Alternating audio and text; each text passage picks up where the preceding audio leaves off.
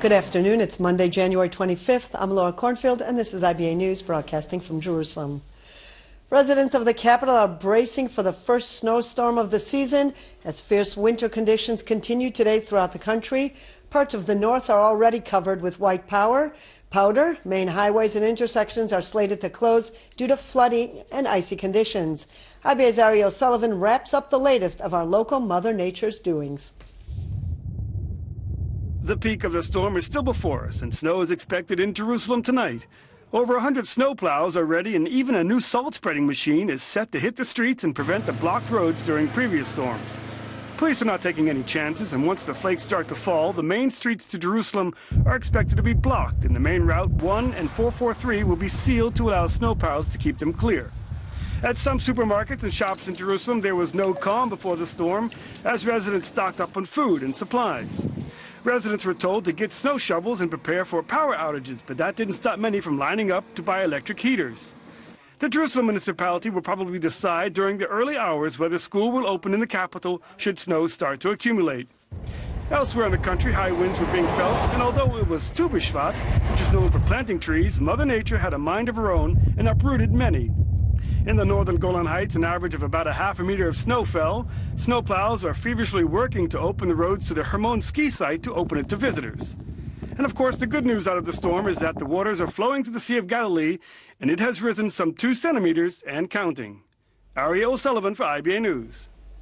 Doctors today described the condition of former President and Prime Minister Shimon Peres as good and stable. This after the 92-year-old Peres was rushed to hospital last night, suffering from irregular heartbeat and chest pressure. His son-in-law, Dr. Rafi Weldon, told reporters that the uncomfortable feeling Peres felt is normal after suffering a mild heart attack. The former president will remain in hospital today and undergo additional tests. The incident occurred just days after Peres was released from hospital following a successful angioplasty procedure. This evening he felt a slight discomfort, and we diagnosed that he has some difficulty with the rhythm of the heart, which is called atrial fibrillation. He was taken to the hospital, he's feeling perfectly well, and this heart rhythm disturbance is over already spontaneously without even need for treatment. The Air Force targeted a Hamas military compound in central Gaza overnight in response to the firing of 2 rockets at southern Israel earlier in the evening. One of the rockets exploded in an open area in the Sha'ar HaNegev region. The second rocket exploded inside the Gaza Strip. No injuries or damage were reported. Also this morning, a Palestinian opened fire at IDF soldiers operating in the Jenin refugee camp. 3 Palestinians were detained, and there were no reports of injuries. An IDF spokesman said that troops recovered rifles, pipe bombs, and other munitions during the arrest operation. In a separate incident last night, a 50-year-old Israeli man was treated for shock by paramedics after shots were fired at his car near the West Bank settlement of Dolev, not far from Ramallah. 6 bullets pierced the car. Soldiers conducted searches in the area for the shooter. U.S. Ambassador to Israel Dan Shapiro warned the current stalemate in Israeli-Palestinian relations will lead to the creation of a bi-national state. In an interview on Omri Radio this morning, Shapiro blamed the deadlock on Palestinian violence and the Israeli government's expansion of West Bank settlements as the main factors that are making chances of a 2-state solution more remote. Reacting to the latest diplomatic tension that followed his remarks last week, Shapiro said he regretted the timing of his comments. Addressing the Institute for National Security Studies in Tel Aviv last Monday, Shapiro accused Israel of employing double standards, with one law for Israelis and another for Palestinians. The U.S. ambassador said he had not intended to offend the family of Daphne Meir, who was stabbed to death in the terror attack in Othniel and was laid to rest on that same day. Anti-Semitism has reached an unprecedented level in Europe. This according to Minister of Diaspora Affairs Naftali Bennett, who briefed the cabinet on the eve of International Holocaust Remembrance Day. Bennett presented a survey showing a significant increase of attacks and incitement, stressing there was no correlation between Israel's actions and the rise of anti-Semitism worldwide. The minister also pointed out there was an increasing culture of hostility to Israel on American campuses, noting 75% of American university students have witnessed anti-Semitic activities. In London, violent incidents directed at Jews rose more than 60% in 2015, and in France they rose some 84% in the first 3 months of last year, compared to studies conducted in previous years. Bennett said the situation represents a significant challenge to the fabric of Jewish life and beyond. He added the violence mainly stems from European Muslims born and educated there, rather than from newly arrived refugees from Syria. Citing insufficient evidence, police today have wrapped up their investigation into sexual harassment and assault allegations against former Jewish Home Party MK ינון Magal. The former Knesset member and TV personality resigned in December amid mounting allegations against him from a number of women. He was questioned under caution, and testimonies were taken from several complainants. Police recommended closing the case, clearing his name of any criminal wrongdoing. The case will now be sent to the Tel Aviv prosecutor's office, where a final decision on the matter will be made. The world must be held accountable for the millions of dollars it transfers to the Palestinian Authority, who use the funds to incite and motivate terror. This according to Deputy Minister of Foreign Affairs, Tzipi Hotovely. Hotovely made the comments after the Shin Bet security agency revealed that the 15-year-old terrorist who stabbed Daphne Meir to death in Otniel was motivated to perpetrate an attack after watching Palestinian television. A recently drawn-up internal ministry document examined how the Palestinian Authority uses billions of dollars it receives each year from donor countries abroad. The report found that up until 2013, the PA paid out some $75 million annually to terrorists and their families from the funds it received. Today, some 15% of the funds are paid to terrorists and their families. Preliminary findings of an IDF investigation into the death of an officer during a training exercise at the Tse'elim base on January 5th revealed that had safety regulations been enforced, the death of Captain Yishai Rosales could have possibly been prevented. According to an ongoing probe, soldiers incorrectly set the distance gauge that caused the mortar shell to be fired in the wrong direction, straying from the intended target. The shell exploded near a group of soldiers, and a piece of shrapnel hit 23-year-old Rosales, killing him outright. So far, 10 officers and soldiers have been questioned by military police, some under caution. Despite the wintry conditions, hundreds of school children ventured out in the cold to celebrate the holiday of Tu B'Shvat. The youngsters rolled up their sleeves and took part in traditional tree planting ceremonies in honor of the holiday, which is known as the New Year for trees. It is also customary to eat specific fruits and nuts known to have harvested in the land of Israel.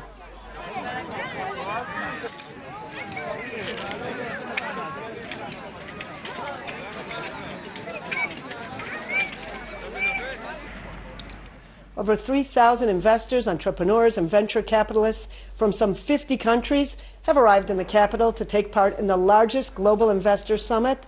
Hosted by Our Crowd, the equity crowdfunding event brought leading investors face-to-face with Israeli technological startups as they look for the next big innovation. IBA's Ari O'Sullivan was at the conference and brought us these voices. Together all these companies from both Israel and now around the world under one roof, where you can meet the executives, you can hear their stories, you can meet other investors who have put their time in doing homework on these companies and compare notes. It's a unique opportunity, especially for busy professionals who aren't professional venture capital investors, to be able to piggyback off of the work that Our Crowd does in vetting, finding, and offering these opportunities. We have been seeing many interesting technology companies, and Our Crowd is starting to introduce even more. So through that process, we identified the opportunity to collaborate with a startup company to make a prototype of new ideas for future cars. There's something absolutely special about the Israeli startups. They're not just trying to find little products they can make money with or sell here and there. They're revolutionizing industries as a whole, and that's something that I think is very, very unique to Israel and Israeli mindset, startup mindset. So that's something that, you know, I'm looking to be one of those guys. And Returning now to the disturbing anti-Semitism report, I'm joined in the studio by Ro'i Abakassis, Secretary General of the World Bnei Akiva Zionist Youth Movement. Thank you so much for coming in this evening. We're hearing disturbing figures that represent a growing phenomenon of anti-Semitism around the world.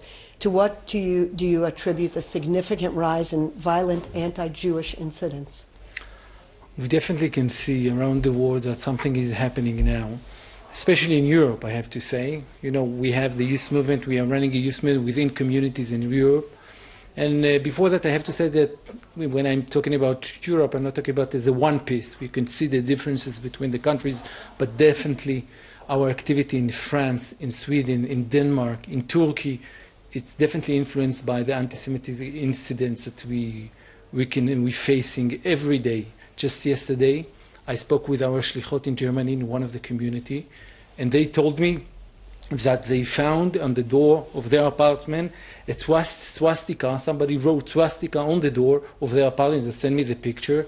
And this kind of incident we definitely can see day by day. Do you think members of the Jewish communities abroad are facing a tangible threat? Definitely, yes. I can tell you that in a month we have in one of the capital cities in Europe an event when we will gather more than 100 Jews for a leadership seminar. And when I try to arrange, all the logistic arrangement, one of the feedback that I got from the community is that we had to be very careful regarding security. And this is something, that we have to do it together with the communities. And some communities really afraid to host this kind of project because they don't want to take the responsibility of holding 100 Jewish youth in the community for the whole weekend. But I have to say that although this kind of treatment, we continue our activities, and thanks God we have in every country in Europe today meaningful activities of Bnei Akiva. Roy, do you think there's a direct link between anti-Semitic and anti-Israel attitudes? Are they one and the same? Unfortunately, yes. We can see just after, when we have the war a year and a half ago, we can see the increase of the incidents, especially in France. But, it's a kind of waves. After a little while, when people get used to it, they forgot this anti-Semitism, and they are getting used to it. But slowly, we can see slowly increase by the incident, and Jewish around the world are really worried about it. How has the rise in anti-Semitism affected immigration to Israel? Do you find that there's collaboration, there's a rise? I will give you some figures. 8,000 Jews from France made Aliyah in 2015. And this is, I think they doubled the number. I tell you something else. I was Shaliach in Sweden, in Malmö. It's very famous about Malmö. It's a small community, and I was Shaliach there 7 years ago. And when I was there, we have 1,500 Jews. I came back to visit this place 2 months ago, and I found the member of the community members right now, 6 years afterwards, is 400 Jews. And this is because people understood there is no future in this small community, and they prefer or to move and to make Aliyah, or on the other hand, to go to other communities when they have a bigger Jewish community. Do you think the Israeli government is doing enough to tackle the situation abroad, the difficult anti-Semitic actions? I can say that together with Misrad HaKlita, we, Bnei Akiva, and other youth movement, other organizations, working very hard to encourage Aliyah and to put alternative to those Jews that prefer to leave their countries, and to encourage Aliyah. And we can see the numbers. There is a big increase. 30,000 Jews made Aliyah in 2015, which is amazing. Roy Abakassis, Secretary General of the World Bnei Akiva Zionist Youth Movement. Thanks so much for being our guest. And Thank best you. of luck. Looking for work in your native language here in Israel? The second multilingual job fair kicks off tomorrow at the Tel Aviv Cinematheque. Considered the largest recruitment fair for foreign language speakers, the exhibit offers hundreds of job opportunities to those who find mastering the Hebrew language an extremely challenging task. Dozens of employers from top Israeli companies will take part at the event, specifically looking for new immigrants who are hoping to integrate into the local market. Headhunters say they are seeking to expand internationally and incorporate skilled native speakers who understand varied language and cultures. Organizers recommend you come with your CV in hand and a good vibe for mingling. That's Israel's multilingual job fair tomorrow at the Tel Aviv Cinematheque. In local financial news, shares were up on the Tel Aviv Stock Exchange, while the shekel was mixed in foreign currency trading. Here are the late afternoon numbers.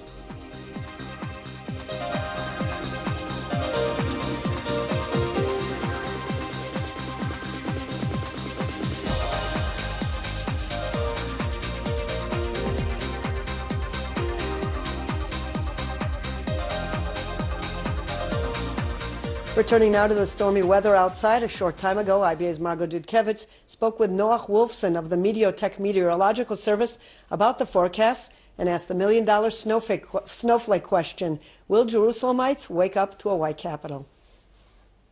The top question on everyone's mind is whether we'll see Jerusalem covered in snow and will it stick? Well, this is a very easy question because we know the answer. It will be colder tonight. The temperature would be sub-zero, and therefore we anticipate that in all the central Israel mountains, above 700 meters, there would be snow. And because of the cold temperatures and the cold ground, it would stick to the ground, and some of the roads would be blocked. What can we expect in the coming days?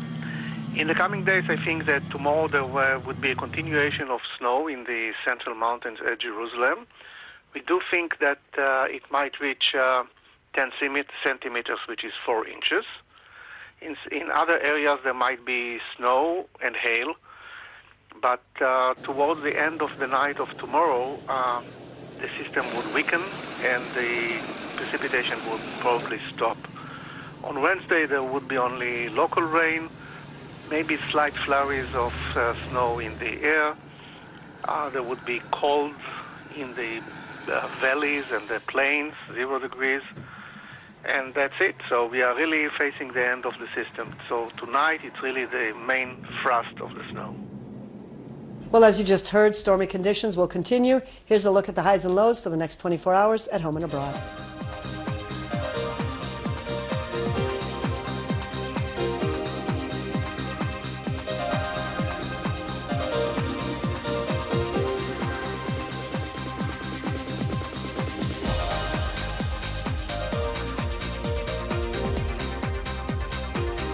And that brings us to the end of this broadcast of IBA News. I'll be back here tomorrow, same time, same channel. Until then, have a good evening, stay warm, and shalom from Jerusalem.